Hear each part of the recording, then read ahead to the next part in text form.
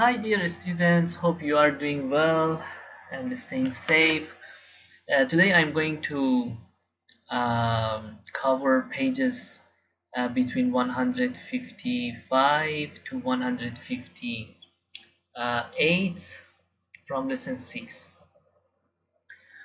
The topic is compound formation and chemical formulate. The book first starts with one example of heating magnesium in uh, crucible. Crucible is the laboratory dish which can be used in laboratory to uh, as a like giving a heat in high temperature to any material, any compounds, solutions. So uh, the crucible can be covered by a lid, and here is example is magnesium. When we put magnesium in a crucible and after a giving heat, magnesium react with the oxygen of the air. Okay, this is burning reaction. Okay, the reaction of burn, and the result will be magnesium oxide in form of solid. It gives you a powder. The powder, of course, is solid and it's a magnesium oxide. Okay. Next slide. There is one example of one question. I put the title how we can measure the weight of product experimentally. For example, if we do it in laboratory, how we can measure the weight after they finish, after the reaction finish. Okay, after this reaction, the reaction between magnesium with oxygen, and how we can measure the weight of the result. The book gave one example how much magnesium oxide, that means this one, is produced from given mass of magnesium. Here are some results obtained from experiment. Okay, first, this is just one example. We are not in laboratory. We have to just like imagine. If we are in laboratory, we have a mass of empty crucible and lid. Okay, this one and lid. We need to measure this our container. Just as an example is 8.52 gram. Again, we need to use a scale to measure the weight of mass of crucible, this one, and lead together, and plus magnesium when after we put magnesium. Okay, of course we will get a heavier weight is 8.88 because here we have magnesium. And the next time after the reaction done, okay, after the reaction has done, we can measure again mass of crucible, the dish, and lead plus lead, and magnesium oxide, because after the reaction we will have magnesium oxide here. It's not reactants, it's a magnesium oxide. So if you look at the value, you can see after reaction we will get higher or heavier weight of a whole container. That means something is added to our reaction. That is oxygen. Okay. First we measure the empty dish, then after that with magnesium is here, and after that with products after reaction, which here we have oxygen. In products we have oxygen. That's why the volume the value increased. So what is the mass of magnesium? If we minus b if we minus A from B, we can get magnesium, extra magnesium that we have in the container. Okay, if we minus A, which is empty dish, empty crucible and lid, from the crucible, lid and magnesium, so the rest is magnesium. This is the we can find the weight of magnesium. What is a mass of magnesium oxide? So here at C, this is the scaling after reaction. Okay, if we have C and we uh, minus the first one, empty crucible and lid, we will get magnesium oxide, our products. Okay, the weight of the mass of our product. And another thing is mass of oxygen combined. I said after reaction we will get a higher value, which means the oxygen we receive after reaction. This is the extra, the difference between magnesium oxide and magnesium is the oxide, is the oxygen.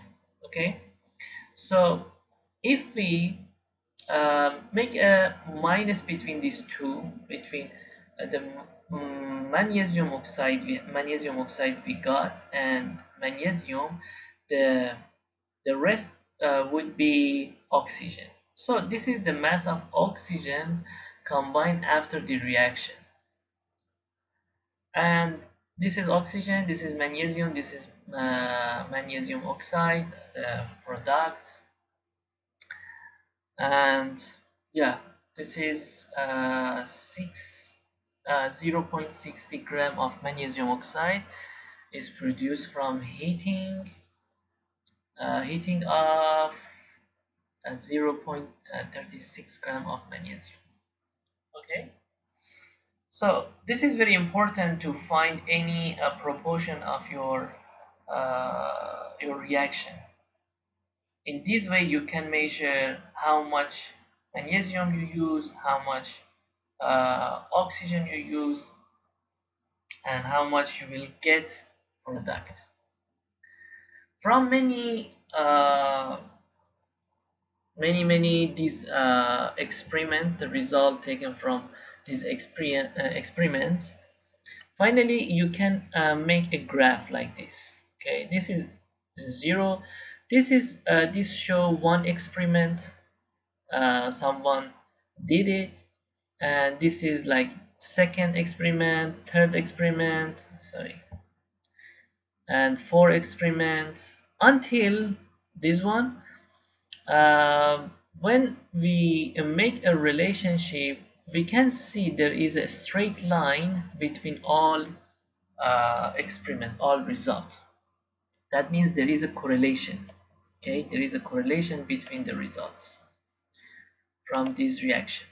Okay, this straight line, graph line, shows you two important notes. First is if we add more magnesium, if we have more magnesium, that means this line. Okay, x axis is magnesium, y axis is oxygen. So if we have more magnesium, we need to add more oxygen. Like for example here, if we have 0.2 magnesium, we need to use 0 around, is not exact number, around 0.1 oxygen. If we increase the used magnesium, like here 0.3 magnesium, if we use around 0.2 oxygen, need to be combined to each other. So this is a very straight correlation. More magnesium, more oxygen. The second one is the graph line is straight. Okay, that means the ratio is fixed. In this case, magnesium oxide, around 60% of the compound is belong to magnesium, around 40% is oxygen. Okay, the ratio is 1 by 1. Each one magnesium can take another one oxygen. But as we know, magnesium is heavier than oxygen. If you refer to the periodic table, you can see the magnesium is heavier. The ratio is 1 by 1. That's why the straight line show you the ratio is fixed. When we increase the ratio, like the amount we are using, the oxygen also increase. We need to use more oxygen. Okay, they have a straight correlation, high correlation. Okay, the next topic is reacting amount of substance.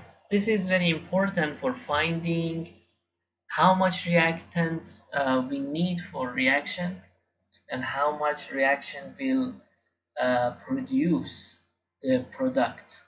Okay, the book gives one example here, and I'm following the book. If 0.24 gram of magnesium react with 0.16 gram of oxygen to produce 0.40 gram of the magnesium oxide, okay, like the previous reaction, how much magnesium oxide will be produced by burning 12 gram of magnesium? I usually follow this approach. Okay, this one was a little bit confusing for me, but I usually follow this approach. For example, based on the question, I can say, okay, if we have 0.24 gram magnesium, we can get 0.40 gram magnesium oxide. The book asks if we have 12 gram magnesium, how much magnesium oxide we can get.